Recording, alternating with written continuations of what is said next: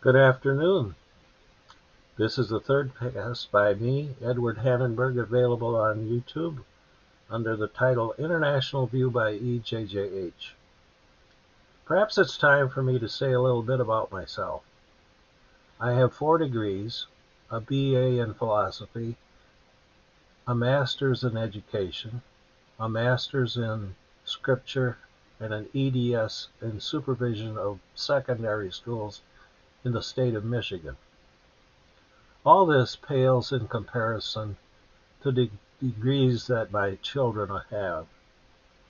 I get my news from television, a local newspaper, a regional newspaper, and various other resources such as the Washington Examiner, the New York Times, Time Magazine, and so forth. With the apps on my smartphone, I have access to just about any news organization.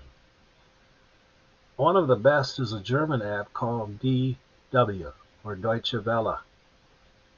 The latest article in our local weekly paper began with the headline that the Board of Commissioners removed prayer from its meetings.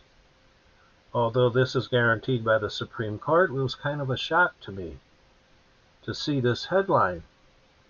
I would say the paper makes its living on 3 levels: greed, gossip, and gall. I don't fault the paper for its continuity because it's been around for a century or so. And it was one of the editors of this paper that introduced me to John Howard Griffith, who was a pioneer in the civil rights movement in the 50s. I spent an afternoon with the man who changed the color of his skin from white to black. You might remember the movie Black Like Me. Back to the paper. As any entrepreneurial business makes its way today, the paper spends much of its time in local advertisements, thus the word greed. It charges a lot of money if you want to put in an ad.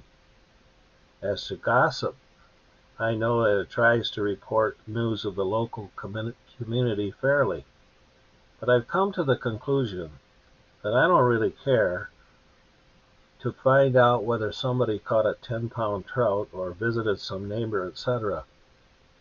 The final word, gall. It publishes all of the infractions of the county, such as speeding tickets, drunk driving, divorces, and so forth. It seems to me that it would be better to leave this all out.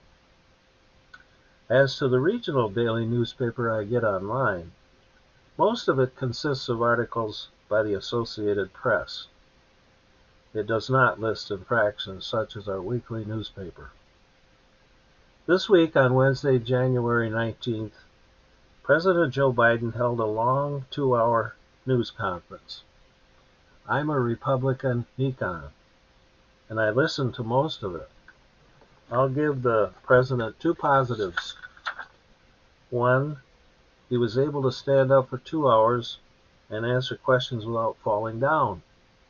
The other positive is that he pushes the electrification of cars. I own a Tesla, and electrification of cars is inevitable. There will always be gasoline cars in the United States, but in Europe there are movements underway to ban diesel and electric or gasoline vehicles within the next 20 years. The news conference had a pretty major slip.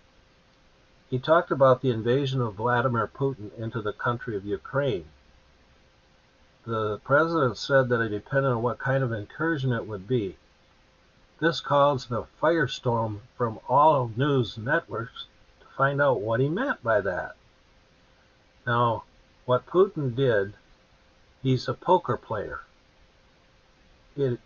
He sees weakness in a country, he exploits it. What Biden did in the beginning of his presidency is cancel our access to natural gas and oil. Estimates are now by economists that oil itself will rise to $2 a gallon for crude. That is unacceptable. What the future holds for our country if Putin invades Ukraine is uncertain. Ukraine was the breadbasket of the former Soviet Union. The land is rich in crops. That's why he wants the land. A second reason he wants to invade is he wants power.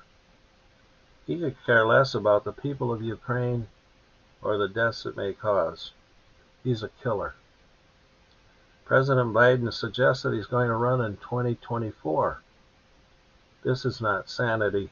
It is delusional. His poll numbers are sinking to all-time lows. And if he does not survive the next 3 years, the Vice President Kamala Harris has even lower approval ratings. I don't know where we're going with this country, but the direction of it right now is not very nice, and it's very gloomy. Thanks for watching.